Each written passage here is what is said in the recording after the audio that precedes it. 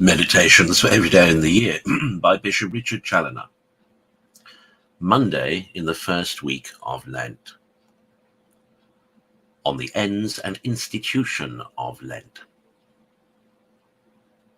Consider first that besides the great business of doing penance for the sins of the year and of our whole lives, which is the main design of Lent, it is also instituted to be, in a particular manner, a time of devotion, in which we may worthily commemorate the sufferings and death of our Redeemer, and make them the subject of our daily meditation, in which also we may, by more than ordinary recollection and prayer, dispose our souls for duly celebrating the great Paschal solemnity, and imitating therein the resurrection of the Son of God, and in which we may in such manner cleanse and purify our souls by spiritual exercises as to be fit to approach worthily, as the Church commands us, to the divine mysteries at Easter.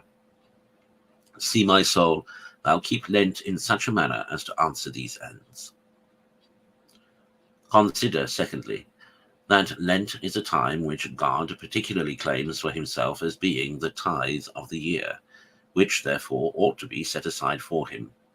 And in the law he appointed that the tithes of all things should be sanctified to him. Leviticus 37.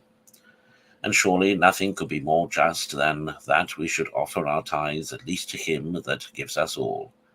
How justly then does he require of us the tithes of our years, by our dedicating these 40 days in a special manner to his service?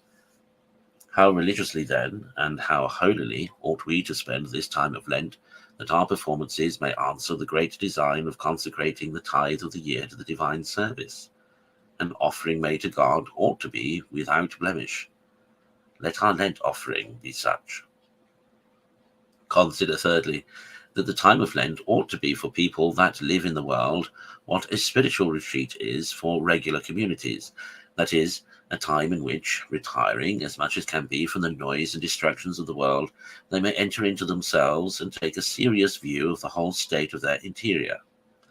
Now is the time for them to see and examine how the soul stands affected with relation to her God, to her neighbours, and to herself, how she acquits herself of all her duties, as well those incumbent on all Christians as those that are proper to her respective calling, or those relative to those under her charge.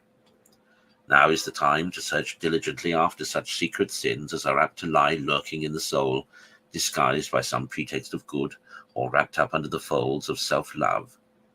In a word, now is the time to acquire a true knowledge of ourselves, in order to apply a proper remedy to all our evils, and to lay a solid foundation of a good life for the future. Conclude to answer in the best manner thou art able all these ends of the institution of Lent, and particularly apply thyself at this time to take as it were in pieces the whole method of thy life, and to reform all that thou findest amiss.